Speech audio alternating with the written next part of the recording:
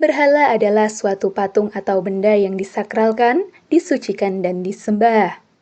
Berhala juga dapat memiliki arti makhluk atau benda, baik matahari, bulan, pohon, hewan, malaikat, orang soleh yang hidup maupun mati, yang disembah selain Allah Ta'ala.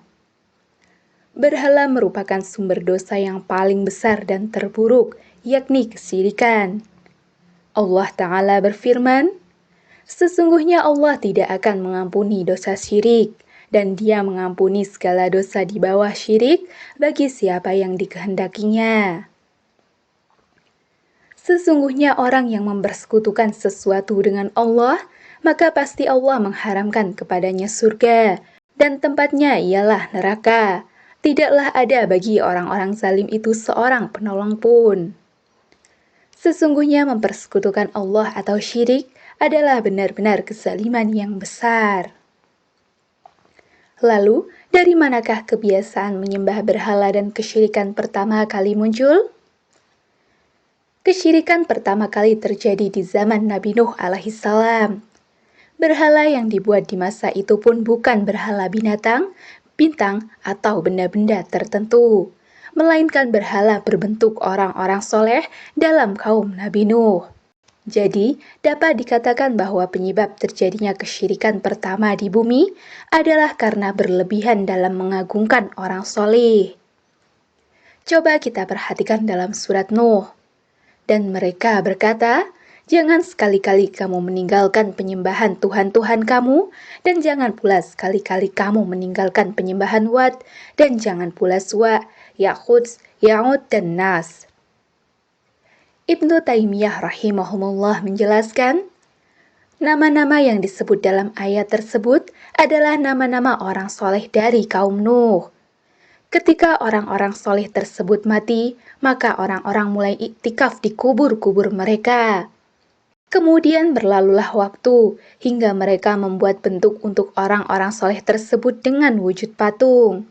Dan perlu dipahami bahwa berdiam atau beriktikaf di kubur, mengusap-ngusap kubur, menciumnya, dan berdoa di sisi kubur, serta semacam itu adalah asal dari kesyirikan dan asal mula penyembahan berhala. Oleh karena itu Nabi Shallallahu Alaihi Wasallam pernah berdoa, "Ya Allah, janganlah jadikan kuburku sebagai berhala yang disembah." Kebiasaan mengagungkan orang soleh ini juga terjadi dalam masyarakat kita. Banyak orang yang mendatangi tempat pemakaman orang-orang soleh seperti kiai, ustadz, sunan, bahkan mendatangi makam keramat yang belum jelas asal-usulnya.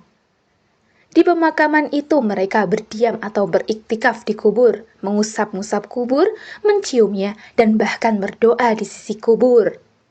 Bukankah hal ini tidak ada bedanya dengan kaum Nabi Nuh?